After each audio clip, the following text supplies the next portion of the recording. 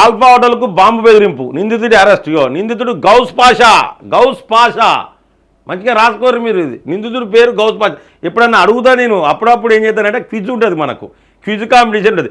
Alpha హోటల్ను బెదిరించిన ఎవడైనా కానీ మీరు గౌస్ పాషా అని చెప్పాలి, క్లియర్గా గుర్తుపెట్టుకోవాలి పేర్లు, ఎందుకంటే వీళ్ళే బెదిరిస్తారు. ఆల్ఫా హోటల్ పరిసరాల్లో బాంబులు ఉన్నాయని పోలీసులకు ఫోన్ చేసి బెదిరింపులకు పాల్పడిన వ్యక్తి మార్కెట్ పోలీసులు అరెస్ట్ చేసి రిమాండ్కు తరలించారు. ఇన్స్పెక్టర్ రామకృష్ణ కథనం మేరకు వివరాలు ఇలా ఉన్నాయి.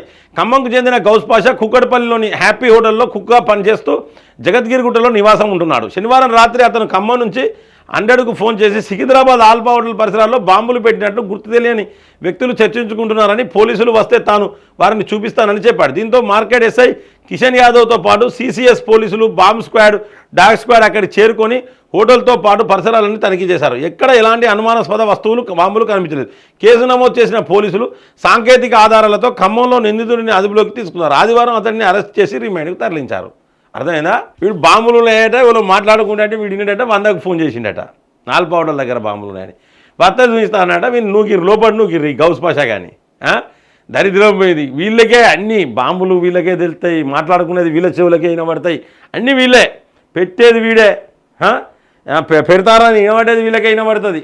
దరిద్రం మన భారతదేశంలో ఈ తలకాయ నొప్పి కూడా ఎప్పుడు పోతుందో మనకు.